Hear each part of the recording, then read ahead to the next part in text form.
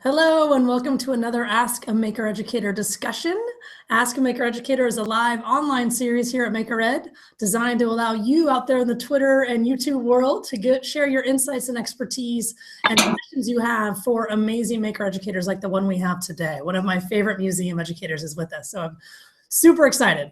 So I am here with David Wells from NYSCI, New York Hall of Science, and I guess I should introduce myself. I am Jessica Parker, the Director of Community and Learning, and I'm excited to hang out with David today and tackle the topic of facilitation. For those of you watching online, make sure to use that chat box on the right-hand side of the YouTube box to submit your questions or chat online with other viewers on Twitter itself. You can also post on our website and actually embed those questions right away so we can make sure David has all the time he needs to respond to those powerful questions you have. So make sure you use that hashtag MakerEd to submit those questions and insights, and let's go ahead and get going. David, thanks so much. Woohoo! Yeah. Who are you? I'm great. I'm really excited to be here and share any sort of insights or thoughts I can offer to anybody. Hopefully they're useful. That's about the most I can ask for. Awesome. What do you do at NYSCI? What's your role? My technical title is Director of Maker Programming, which basically entails running all things Maker. And I have a couple staff, and we basically just work on developing Maker programs, designing ideas for walk-up, everything from walk-up kind of weekend workshops where they're more geared towards tinkering and tabletop activities, all the way up to, I actually just finished facilitating about 5 minutes ago, a teen program we have that's a year long. It starts at our Maker Fair in September and it ends at Maker Fair a year later. And so that's more of a deeper dive into the process of making, but also using, we do a lot of ethnographic mapping and empathy mapping and design process and all that fun stuff to create projects that actually benefit our local community here in Corona. Wonderful. All right. So and everything in between. Can we talk about facilitation and what in the world is it and why does it matter to making? Yeah, I mean, facilitation is an interesting thing because as I, came into, the whole maker space and the maker culture and, Maker Fair, I mean, NYSCI has been hosting a Maker Fair here for 7 years. And then obviously the one out in the Bay Area by you guys have been, I think it's like 11 or 12.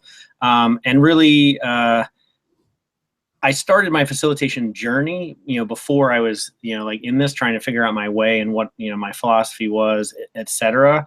And I really feel a facilitation is it's an all-encompassing experience. Yes, you're standing in front of a group of kids, parents, teachers, whoever you're, working with, but it's a lot about your preparation, and you don't want to over prepare because then you have to be ready. But like really what I mean by preparation is how do you set up your experience?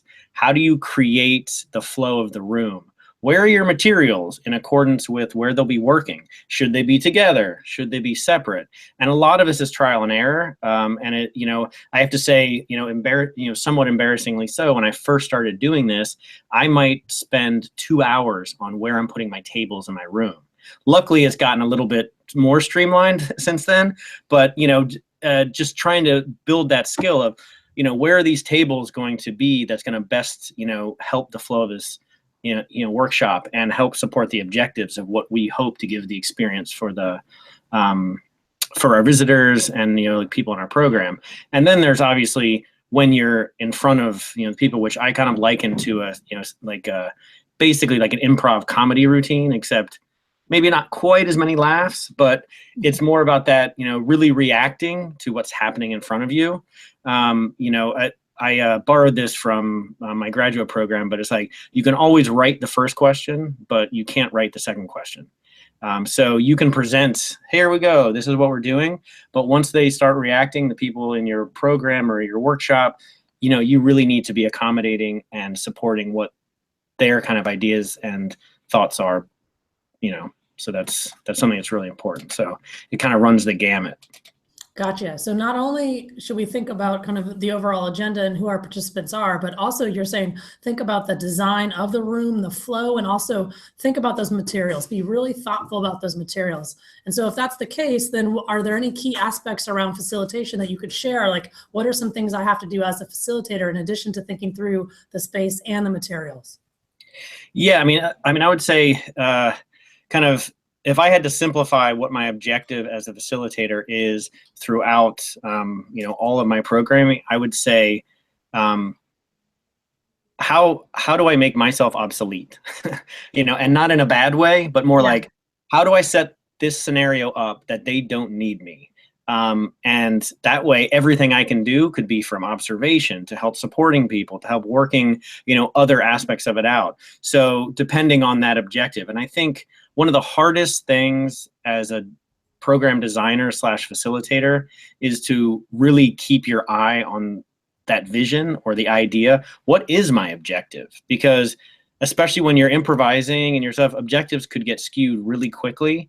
And kind of having whatever that kind of trigger for you that helps you, like kind of guide. I mentioned the idea of preparing a lot, and that preparing, the way I kind of do that preparing is I'll make, I won't make necessarily an agenda for myself, but I have this like bullet list, and that helps me, kind of pinpoint on my objective, where if I find myself straying, which I can easily do, and you'll probably actually witness some of it here tonight, I have a little bullet list where I'm like, oh, that's right, I wanted to do that. So that's what keeps me on track with my objective and how I want to do it. But then you also have to be incredibly flexible with how you are interacting with either your visitors or your students or your, the people in your workshops or in your programs, because every single person, though there are certain patterns in human behavior, of course, everybody has their own kind of way of doing things. And to be able to bounce and, bend and flex in ways that help support that, it's not easy to do. And often it's not intuitive, especially, if you're not in the best mood ever. You really have to make sure that you're putting your visitors first, or the people first. Yeah, so it seems like a balancing act between what are the bullet points you want to hit, at the same time making yourself obsolete and making sure that those folks are engaged, and you're allowing them to go on tangents and go with them, right, as a facilitator, but making sure that you kind of hit these bullet points that you think are essential. Or potentially getting, we don't have enough time, so let's remove those bullet points and focus in on the ones that are really resonating with the folks at hand. Yeah, absolutely. And actually, that's something when we're doing, that really rings true a lot with teacher professional development. And when we're designing programs for that, I work with the staff to figure out, okay, this is what, we want to do. And a lot of times when we do teacher professional development, we call it like Maker 101. It's really kind of an entry point into it, especially how do how does this look in your classroom, et cetera, and all these different, aspects. But we'll have way too many things to do in that time frame. So we have all these things in our pocket, and when we see, oh, this teacher was going this way, or that, this person's thinking this, or they want to know more about this, we're already, have these extra things we could, sub in, or you know what, we're going to bypass this activity because they're interested in, more higher tech stuff or whatever, and we try to do as much of that before we get the teachers in our space, by, like talking to them on the phone or visiting their site, etc. But, sometimes people don't really know what they want until they're doing it. Yeah, great point. Yeah. So then talk to us about what, if we're talking about a balancing act, what's the balancing act between kind of this open-ended learning experience and facilitation, right? What would you say are kind of like the top two pieces of advice you would give folks to like offering this open-ended learning experience, but at the same time, really being this facilitator that can support that process? Mm-hmm. Yeah, and I don't mean to, keep harping on the idea of objective, but it's one of the hardest things to keep clear. It depends on what type of programming you're going to do. Like here at the hall, we do a variety, as I said, from walk-up programs for an hour to an hour and a half, all the way to year-long teen programs. So I would design and create my facilitation approach very different in an hour and a half workshop than I would in something that lasts 10 weeks or a year. So if your objective is to create that experience for them in a walk-up activity, then therefore your facilitation could be a lot more open-ended, and you can allow for that exploration and then the discovery. And when the questions come up, even if it's something simple as, what am I supposed to be doing? I often like to kind of play the loop, you know, and be like, I don't know, what do you think you should be doing? You know, kind of thing. So like, you know, it kind of drives my wife crazy that every time she asks me a question, I ask her a question back. But in facilitation, it works wonderfully. I wouldn't, you know, recommend it for our marriage. In your relationship, you know, just answer the question. But Yeah. when you're facilitating, it's really important to, even if you're like, this is, you know, I'm so confident after years of experience, this is pretty much the way to do it. You will always end up being surprised by asking the question, what do you think? And then that way you're really empowering your visitor, your students, whoever you're working with, to not only think for themselves, but also realize that like, I can do this, you know, like I don't need to ask these questions. I feel like, especially in the education you know, system and the general way people learn with adults, is that this is how you do it, this is what you do. And so you're always looking to that adult for that confirmation, where we want you to look within yourself for that confirmation. And we want you to be able to give yourself permission, because yes, you might be with me an hour and a half, you might be with me for a year, but there's certainly going to be plenty of time where this, you know, person, whether it's me or any other facilitator, parent, teacher, is not going to be there. So we want to make sure that they're not asking questions to the air when they're by themselves and have no idea what to do. So giving them that trust and letting them make that mistake, letting them realize it's wrong or it didn't work. You know, we try to focus more on, you know, what is working, what isn't working. If it's not working, how do we make it work? If it is working, great, how do we make it better? And so those sort of, you know, things to ask yourself, so you're never just sitting still on it. And if it's not working and you don't know how to make it work, put it in your pocket, don't throw it away, because tomorrow, next year, 5 years from now, it might actually work, or there might be some technology you come across or tool that can actually support what you wanted to do. So that's why we stray from right and wrong and more like working and not. Gotcha. I love that distinction. That's great. Could you talk to us about the relationship between facilitation and materials? I mean, so often within making, people are like, oh, I need a 3D printer. Oh, I have to have, you know, some sort of big tool. So what's that relationship between facilitation and materials? How do you go about approaching that? So it's not just like, everyone buy a 3D printer. Like, what do you suggest? Yeah, and I mean, actually, we do a lot of work with schools and actually other museums starting maker spaces and things like that. And what I say, and I mean, I do it kind of kitschily, but or like kitschily, but actually very serious as well. I'll say, okay, start a makerspace tomorrow and don't spend a penny. And then I kind of fake walk out of the room like, I'm out, you know. But it's really important, because at the core set of what you're going to be developing and doing your makerspace, not only is it something that's very personalized to the community you're dealing with, but it's also really important to think like, we need to be able to utilize our resources to the umpteenth percent, because if you're in a nonprofit world and you're working on grants, you know, which that's, you know, everything we do here is grant funded, you never know. I mean, you're always hustling for the grant. So like, you never know if it's going to be there or not. So you need to be prepared to work in, you know, the most dire, you know, at least financial situation, because the mindset that you have in solving your problems, you should be able to really access your resources. And that also includes people. People in your community, people in your staff, really keeping the communication open and building that. So a lot of times we get the idea of, you know, faculty, principals, administrators, hey, we got all this money and we're, you know, we just bought 15 3D printers. Now, I always preface this whole, you know, spiel. I am an advocate for 3D printing. But there are some aspects of it that need to be understood. And like with any tool, there is caring for it. There is keeping up with it. And I kind of liken it to, you know, having a child. And I say, you have to wake up in the middle of the night to give it its milk. You have to change its diaper. You have to snuggle and cuddle it. You have to constantly give it attention. Now, if you have the resources to do that, and you have somebody that's really eager to do that, go for it.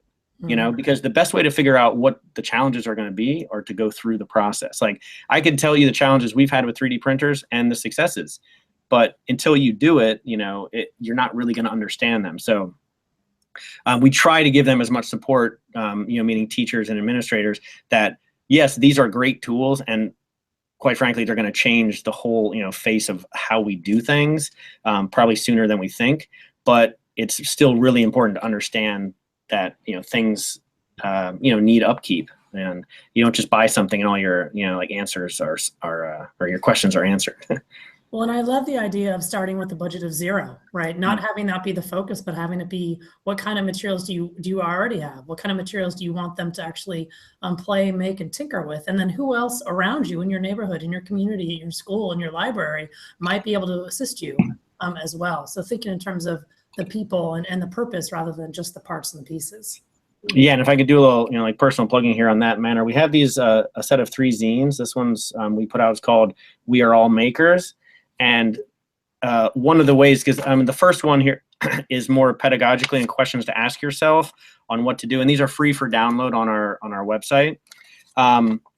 But that's one of the things you do is it prompts you to go to your junk drawer, go to your toolbox, lay your tools out on the table. Take an inventory of tools and do what they do. If it's a pencil, write with it. If it's a hammer, hammer something. If it, and so that way, just by, this idea of trusting your hand when you're going about a project, I don't know what to do. I don't know what to make, grab the tool and just start doing something. And once your hands are doing stuff, your mind is definitely going to start racing and coming up with different ways to do it. But until you actually trust in that process, it's going to be harder to kind of come up with ideas.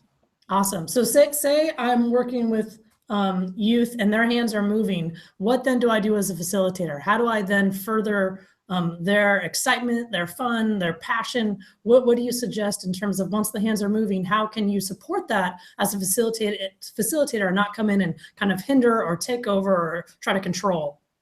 Yeah, there's something that is important for sometimes, especially if we're working with teachers, but even with staff and training. If I notice their hands being on projects more so than they should be, depending on what the, again, the objective of the program is, and the timing as well. You kind of temper how much you're involved in certain things depending. So for instance, our summer program, we have our last, the kids show at Maker Faire and they have to, finish their projects. So the last day is really like this crazy team chaotic effort of everybody, all hands on deck, finishing all projects. So in that way, it gets a little bit more blurred. But if we're just talking about, regular workshop, we have a tendency like put your hands in your pocket when you walk up to, kids, and you cannot take your hands out of this pocket. You need to use your words, like saying those things to the staff. And it's like, okay. And that's, that's kind of step one.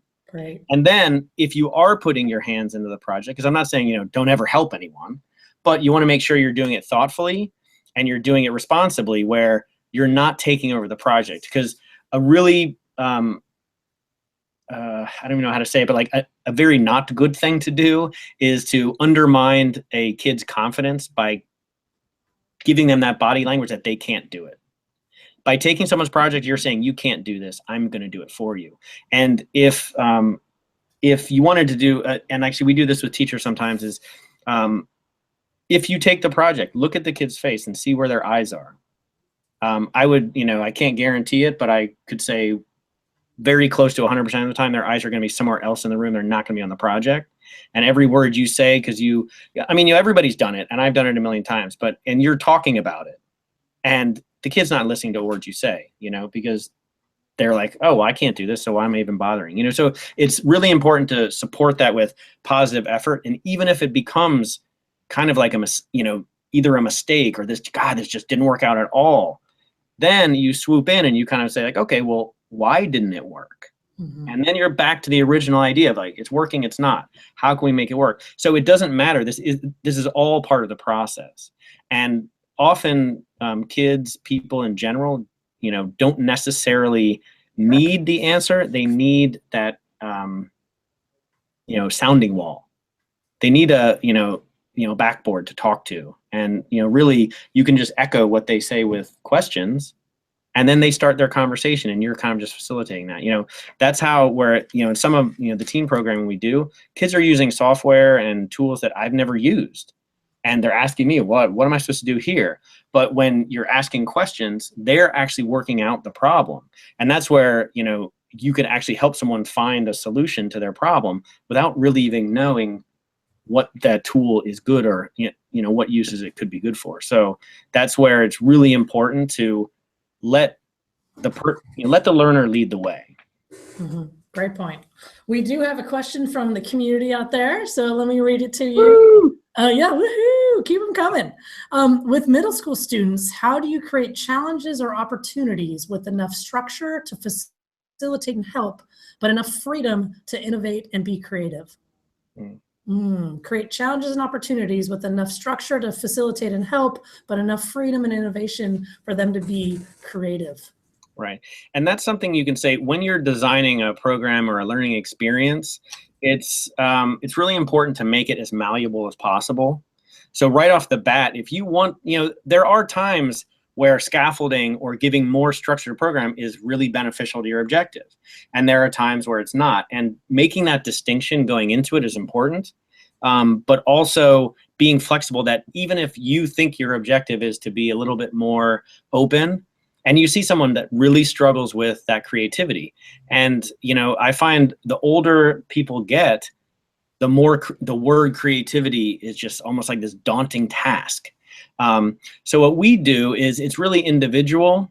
And the way that I kind of approach it is the kids that are diving in and just, ripping things up and, like doing their things, it's almost like, okay, complete, like I don't even necessarily need to, I check in every once in a while, hey, you still breathing? Great, and then, but it's the kids that are like, I don't know what to make, I don't know what to do. And so you go in there and you really just give them that, again, that conversation.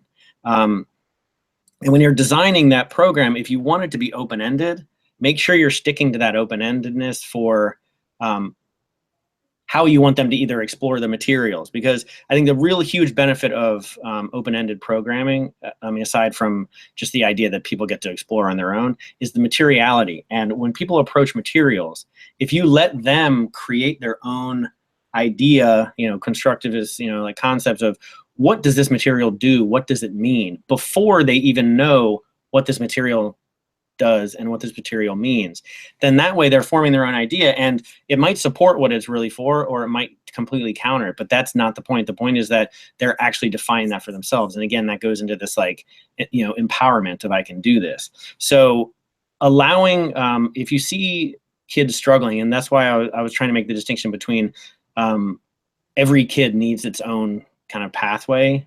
And if you like, when I see a kid struggling specifically on something, I'll go in and I'll try to just ask them like very simple questions like, what's going on?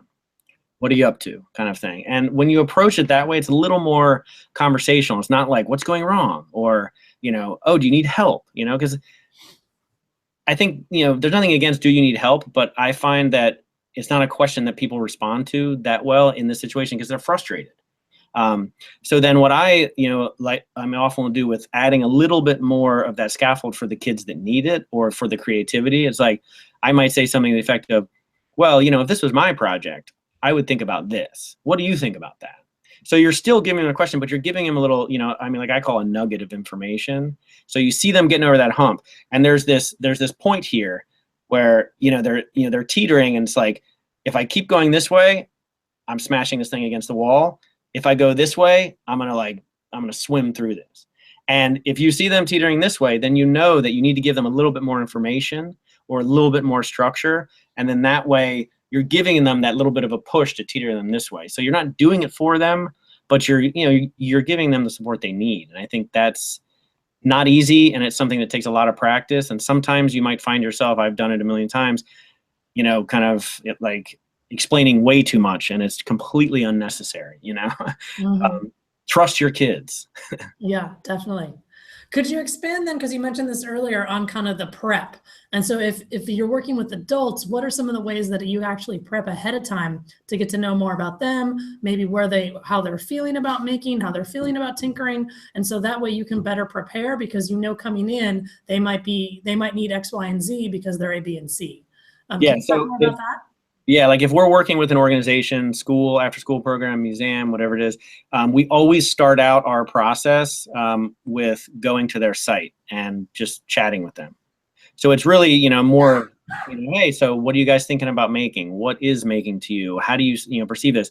A lot of times they're like, what, that's why we called you. Like, we have no idea. Or, sometimes they're like, I got this vision, I'm doing this. And really that's what we want them to, understand what their process is going to be and what that vision is going to be. So there's way too many things out there to do everything. And everything is so cool nowadays that you could get lost in a million places. So really thinking about that. And so when we, do that, we get to, I guess build that relationship with them from the get-go and understand that, okay, these are the needs, these are the challenges. We usually make kind of a list that teachers provide for us that say, well, this is what I'm kind of worried about, or this is what I'm challenged by. And when we have those, even if it's just in writing, because sometimes that's easier for them than actually sharing it with the group, then we at least have an idea. Each individual school has their own challenges. Sometimes it's the teachers that are driving this, the administrators need to buy in. Sometimes it's, reversed. There's a lot of different, pretty much every site's different. So by having those initial conversations, you really get an idea of what they're thinking and how they want to approach it. And then we have, with our professional developments, we have what we call a modular system, where we start out with some entry points into making the Maker 101 and just basic activities. But then after that, we meet with them again and say, okay, now, do you want to continue with this? How do you see this, like working out? We've had some schools that are like, yeah, we want to keep going. We're going to do this. Other schools are like, hey, let us, we want to kind of figure this out for a bit, and then we'll touch base with you later. And we're like, great, And so really getting them to be able to develop their own, but I think really most importantly is to take advantage of their resources, which is their people.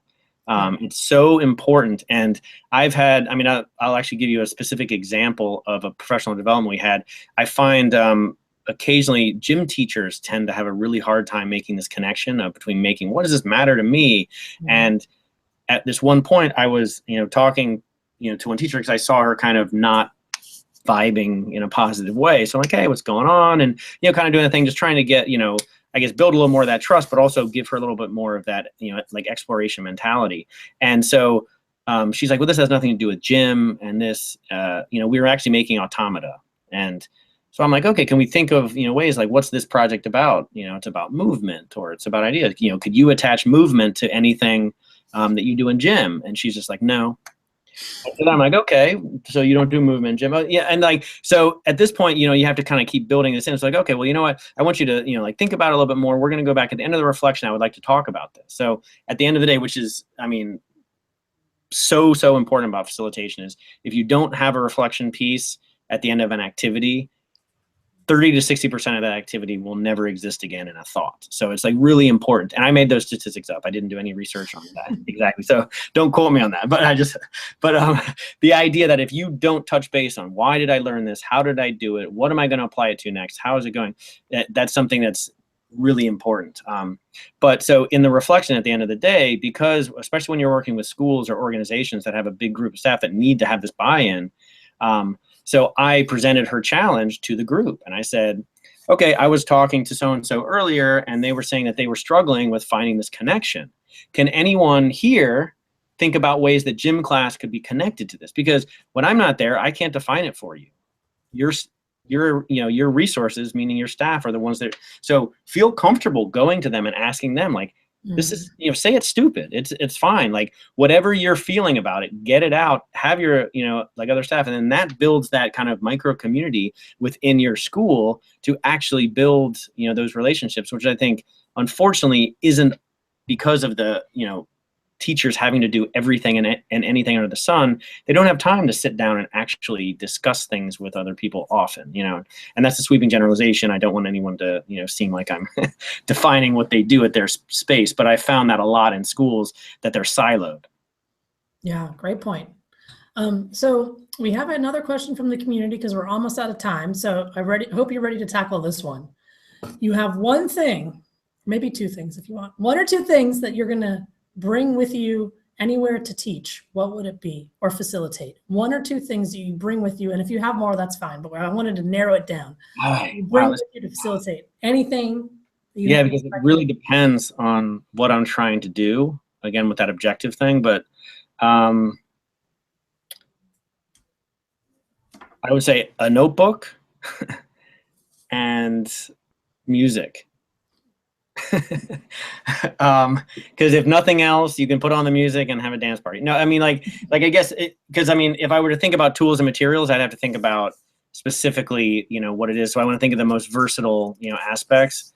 So yeah, it would have to be something to kind of document with, i.e. notebook or camera, and then some sort of, entertainment. Totally. Great. Last question. Any advice, words of wisdom to folks out there interested in facilitation, struggling with facilitation, any kind of key takeaways that you can give them? I think first and foremost, if it's not working, that happens to everyone. Don't ever think like, I just don't get it. You know, not to sound like an after school special, but perseverance is really an insane important aspect of this whole process as a facilitator, as a learner, as someone participating in a valuable learning experience. Like, if it's not working, again, just try to, you know, keep that frame in your head. Like, it's not working. How do I make it work? If I can't make it work, put it on a shelf. Boom. You know, one day you'll make it work, but like, don't get, you know, too hung up on that. Just keep forging, you know, again, and, you know, trust the hand. Like, just, you know, grab it, start turning it over, look at the bottom of it, open it up, you know, whatever that, you know, is. It could be conceptually, you're deconstructing it, or you're physically doing it. Just like, get into it, and don't be swayed by the fact that you feel like it's not working. Yeah. Great. Well, thank you for that, David. And thanks so much for joining us. David Wells from New York Hall of Science, NYSCI. We so appreciate your time and for you talking to us about facilitation. We'll make sure that we are tweeting out his Twitter handle and all the information that he shared about, especially the zine. So we will make sure that that resource is available. So thanks so much. And we'll see you next time on Ask a Maker Educator. Bye, everybody. Have a great